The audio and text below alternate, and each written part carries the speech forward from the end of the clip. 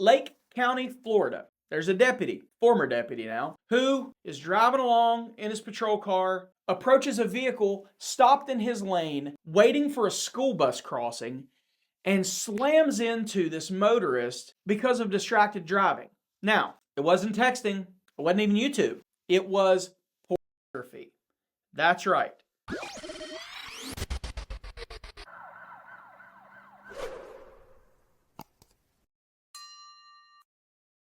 What's up, you guys? Welcome back to Southern Draw Law. My name is James White, criminal defense attorney, former prosecutor, former police officer. Today's news story comes to us from WESH2 News, and it features the story about this unbelievable investigation. I'd like to tell you that we're going to set all your minds at ease and that they charged this guy criminally and he'll never be a police officer again, but I won't lie to you because I'm not a cop. So here's the news story and we'll come back and talk about it on the other side. In Lake County, a case of distracted driving cost a deputy his job, but a sheriff's office investigation found he wasn't texting before slamming his car into a woman's car. He was looking at porn. WESH 2's Justin Schecker got a copy of the internal affairs report and the body camera video from the crash.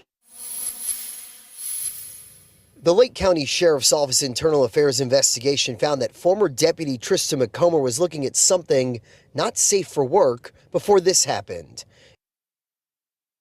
In early November, while driving south on County Road 435, his body-worn camera captured the steering wheel airbag deploying.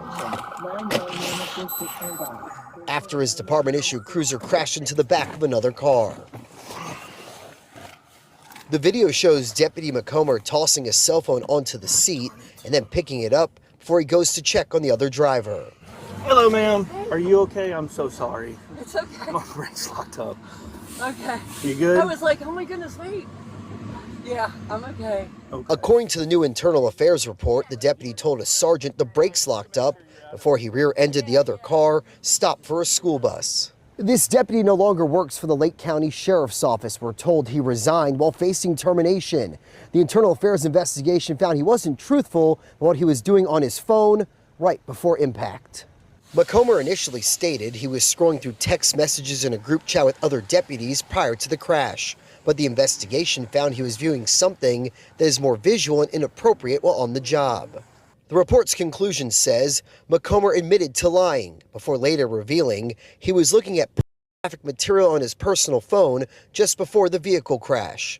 Deputies found he violated 3 sheriff's office policies. He departed from the truth, used an electronic device for something that's prohibited, and there was substantial evidence he wasn't wearing a seatbelt behind the wheel.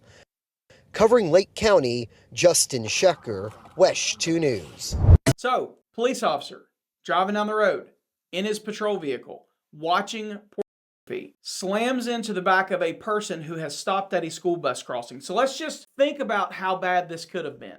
And let's think about whether or not there are any criminal charges that might apply here. Well, there are a couple. One of them is reckless driving. So let's take a look at the Florida reckless driving statute real quick. Okay, so reckless driving in Florida. Any person who drives any vehicle in willful or wanton disregard for the safety of persons or property is guilty of reckless driving. Upon a first conviction, by imprisonment for a period of not more than 90 days or by a fine of not less than $25. Willful or wanton disregard for the safety of persons or property. I mean, I think if you're driving in a patrol car that is issued to you and paid for by county taxpayers and you're driving down the road, you're not texting, which would be bad enough, or watching Netflix or YouTube, which would be even worse. No, your addiction to X-rated material is such that you can't even do your job without watching this. So it's for sure a willful disregard. It's not like this stuff just pops up on your phone without an intentional action. So willful for sure, because these videos don't pop up on my phone while I'm driving, so I'm sure they don't pop up on his while he's driving. And then a disregard, obviously, for the safety of people, because you never know. You know, the fact that he had no clue that he was anywhere close to a school bus means that he was probably engaged in this for a little bit, right? If a person was texting and driving in the state of Florida and someone died as a result of an accident that they had while they were texting and driving, that person would be charged with some form of vehicular homicide under Florida law. Because nobody died here, the only thing that would be able to stick is reckless driving as far as the vehicle code goes. But he could be charged with reckless driving. Do you guys want to take a guess as to whether or not he was charged with reckless driving? No, he was not charged with reckless driving. So in addition to reckless driving, we also can take a look at the statute for culpable negligence. 784.05, culpable negligence. Whoever, through culpable negligence, exposes another person to personal injury commits misdemeanor of the second degree. And I think that's up to 60 days in Florida. So when the code says exposes another person to personal injury, that doesn't mean actually cause an injury. It means that they've exposed them to the potential that they could be injured. If you look at subsection 2, whoever through culpable negligence inflicts actual personal injury on another commits a misdemeanor of the first degree. So when you actually injure somebody, it doesn't say serious bodily injury, it just says personal injury. You can be jailed up to a year under Florida law. Now, we know that he approaches the vehicle when the body cam and he asked her if she's okay, and she says she's okay, but you don't know what happened afterwards. Maybe she went to the hospital, maybe she ended up with a stiff neck. There's the potential that she could have experienced some personal injury. Now, it would be nice if the sheriff's department let us know what happened because of the transparency and all, but if you actually go over to the Lake County Sheriff's Office webpage, there's a little tab at the top that says news. And if you scroll down to where it says LCSO news, as I have here, and you actually click on that tab, this pops up. Eustis man arrested for attacking children at a bus stop. So it goes into a story that they published on 11/22/2024 talking about, ironically, a Eustis man who was arrested for attacking children at a bus stop. Now, remember the transparency. Every department tells us that they had this commitment to transparency. Well, this story was published on November 22nd of 2024. Recall that the body cam from this officer watching X-rated material on his phone as he crashed into a stopped driver adhering to the stop sign from a school bus. That happened on 11/6.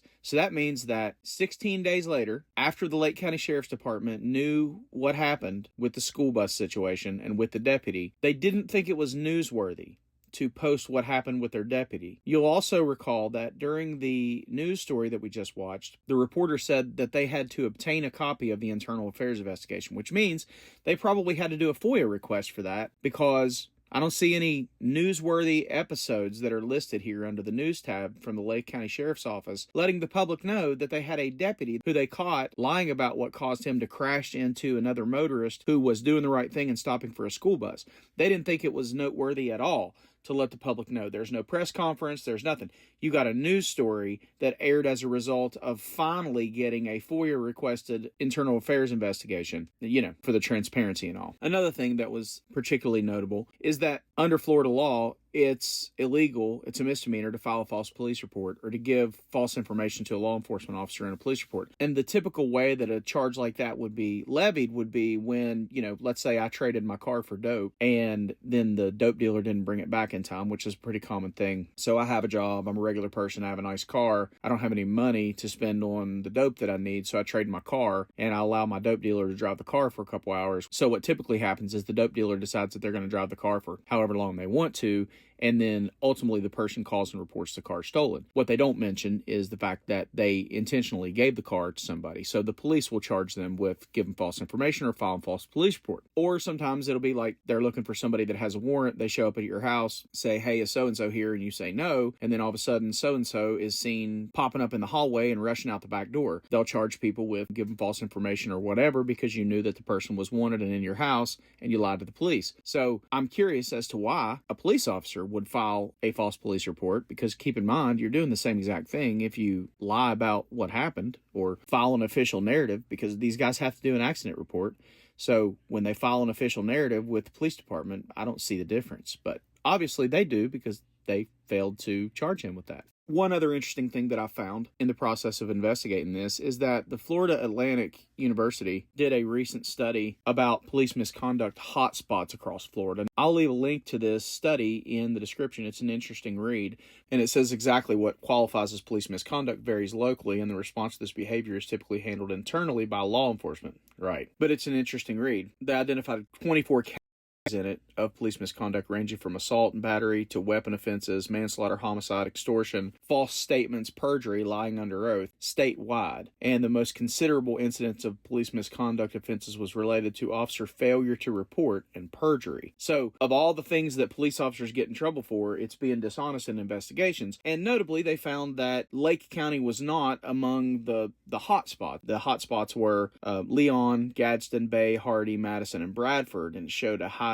rate of police misconduct incidents. In contrast, they found Lake to be among the lower counties that reported fewer than 2 incidents per 100,000 people.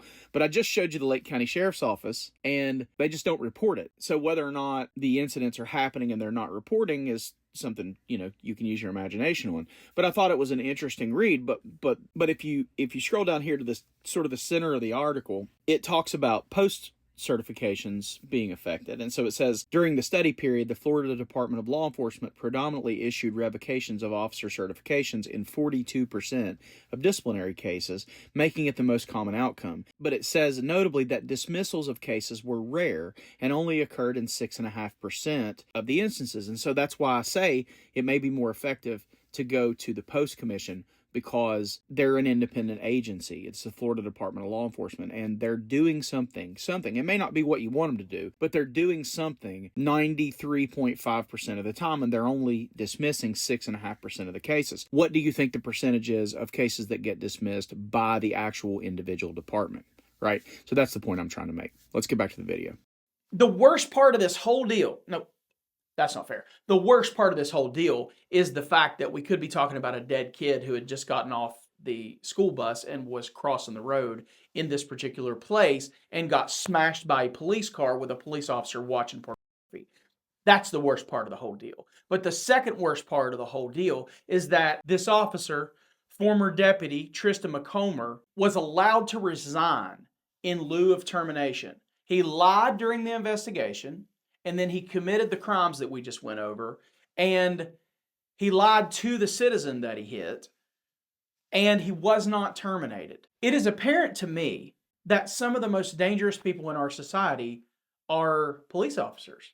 Not all police officers. I know that a lot of you guys think all police officers are bad. I don't think that. I'm not a cop hater. I just don't understand how these guys get past the psychological evaluation. I mean, I had to do freaking like 1,000 questions and 3 different personality exams, go talk to a psychiatric professional before I could get hired. I don't understand how these guys get past the hiring requirements to end up in these situations. It's unbelievable to me. In closing, this is a perfect example of why I mentioned a couple videos ago that maybe appealing the complaints to the post commission would be potentially the answer to the sort of cover-ups that we see from the law enforcement agencies themselves. This guy's going to resurface somewhere if his certification is not taken away. And if you don't know what the post commission does, they're essentially like the licensing board. They give police officers a license to be police officers. If you're a brand new police trainee, you have to become a certified police officer in order to work after a certain period of time. Now, some places will allow their officers to work, up to a year or whatever it is without being post-certified, but almost everywhere requires that after a certain period of time, you become a post-certified police officer if you're going to work in law enforcement. So you have to be able to complete the basic requirements of that, and then you have to behave yourself along the way. I know that sounds like a crazy idea since we see so many of these guys get in trouble and still keep their post-certification. But you're supposed to be able to live up to the imaginary standards that the post commission believes that they require police officers to be held to. Well, unless the police departments themselves are reporting this stuff to post, they don't know. It's not like the post commission is sitting around watching the news station. There's a board. They all vote. There are certain people that pick people on the board. There are picks by the governor. There are picks, depending on the state and how it's set up. There are going to be people on the board that vote, and some of them are going to be police officers, and some of them are going to be sheriffs, and some of them are going to be political appointees. And they all get to vote on what to do with these police officers when they get in trouble. If the complaints start going to them, it won't matter whether they let the guy resign in lieu of termination. I mean, how do you let a guy like that be a police officer? And how do you not save the next town when the next time that this happens, it's going to be somebody dead as a result of his reckless conduct? So anyway, that's all for this one, guys. Thanks for sticking it out. I'd like to thank you for going over to subscribe to my second channel, the Southern Draw Law Court Cam. If you haven't done so already, please head over there and subscribe. It doesn't cost you anything, and it'll help me a lot when I start posting content, which will be in the next couple of weeks. If you'd like to support the Southern Draw Law channel monetarily, I don't offer any type of memberships, but I will leave my Venmo and PayPal links both here on the screen as well as in the description. Please remember to like and subscribe and leave a comment on the video. Check out some of the other videos on the channel and leave a comment on there as well. Until I see you again, take care. Always film your interactions with the police and keep your evidence to yourself.